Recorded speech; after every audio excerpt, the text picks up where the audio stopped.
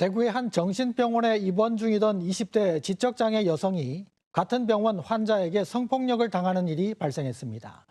병동에서 어떻게 이런 일이 있을 수 있었던 건지 김정현 기자가 심층 취재했습니다. 200병상 규모의 대구 달서구 한 정신병원.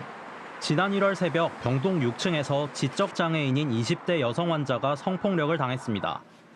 가해자는 같은 병원에 입원 중이던 40대 남성 환자였습니다. 사건은 다른 환자의 목격으로 발각됐는데 병원 측은 이를 경찰에 신고하기는커녕 부모에게조차 알리지 않았습니다.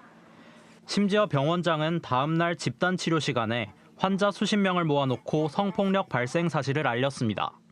지적장애가 있는 씨와 그리고 씨가 6층 화장실에서 성관계를 했다고 합니다.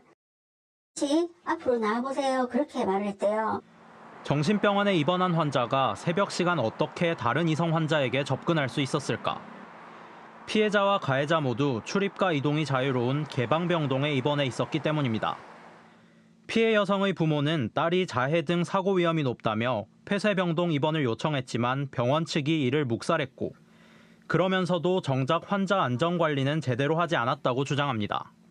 환자가 이제 그걸 발견하고 당직 간호사를 불렀고 잠을 안 자고 소파에 있어도 통제를 하는 사람이 전혀 없었대요. 행동장애가 있는 정신병원 환자 특성상 야간 사건 사고 발생 가능성이 높지만 현행법상 입원 환자 13명당 간호 인력 1명, 60명당 의사 1명을 고용하는 것 외에 별도로 시간대별 관리 인력 배치 기준은 없습니다. 정신의료기관 전체의 인력 기준이 바뀌어야 된다. 제대로 운영하려면 인력이 투입될 수 있도록 만들어주는 게 또 중요한 거죠. 여기에 정신병원에 입원하는 노숙인, 저소득층 등 의료급여 수급자에게 일 최대 6만 4천 원씩의 수가가 보조되다 보니 병원마다 입원에만 혈안이 돼 관리는 뒷전이란 지적이 나옵니다. 수익을 얻으려면 횟수를 많이 해야 되는 상황이잖아요. 입원 기일을 늘리거나 횟수를 늘리는 방법으로 당연히 갔을 거라고. 병원 측은 당시 당직 의사, 간호사가 모두 있었다며 위반 사항은 없었다는 입장입니다.